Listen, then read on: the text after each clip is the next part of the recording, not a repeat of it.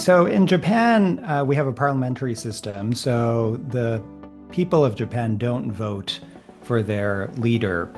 Instead, they vote for a representative in the Diet, the Japanese parliament. And then in turn, those representatives will vote for who among themselves will be the next prime minister. Under the so-called 1955 system that started in 1955 and lasted until 1993, the Liberal Democratic Party, the LDP, had a majority in the Diet on its own and could therefore select the prime minister. And so the LDP president was, by virtue of the fact that they had a majority, the prime minister. This changed since then, and the LDP has ruled in coalition with various parties since then. And the most likely outcome of this leadership contest is that the new LDP president will attempt to form a coalition with one of the current opposition parties. And there's probably two parties that are most likely: the Democratic Party for the People, the DPP, or the Ishin Party.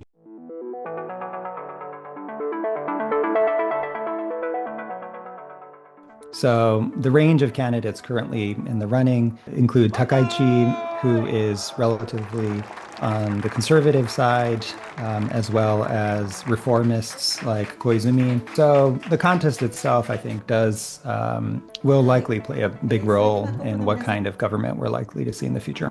So Koizumi is the son of Koizumi Junichiro, a very popular, some would even say populist prime minister who was known for pushing through reforms, even if it meant dismantling sacred cows within his own party. And many Japanese voters remember the senior Koizumi as a reformer. And so the junior Koizumi certainly has a little bit of that legacy playing to his favor.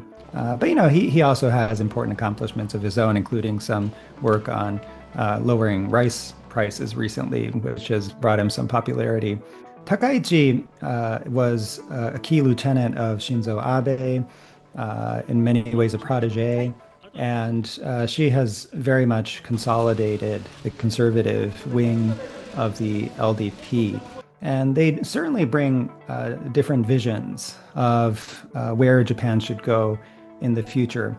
I would add that Hayashi, who's a third candidate in the running, has been gaining some momentum lately. And so I wouldn't necessarily write him off either. He's sold himself as a bit of a steady hand, and he's attracting some more moderate votes within the party as well.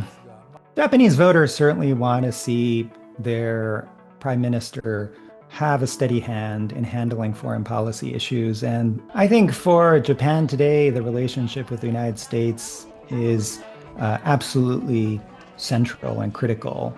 But certainly the Japan-China relationship is also very important and has increased in importance over time as China's economy has grown and its military capabilities have multiplied dramatically. And it's much more complicated. And here, I think opinions are divided about whether Japan should adopt a strong policy of pushing back against China, or a more friendly policy that leaves the door open to stronger economic and other ties.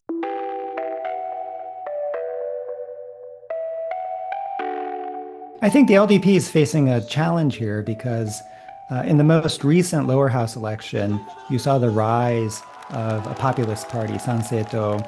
And so many within the party feel that they need to strengthen the right side, the conservative side, and make sure that those supporters remain with the party. So for that, Takaichi looks like a strong candidate.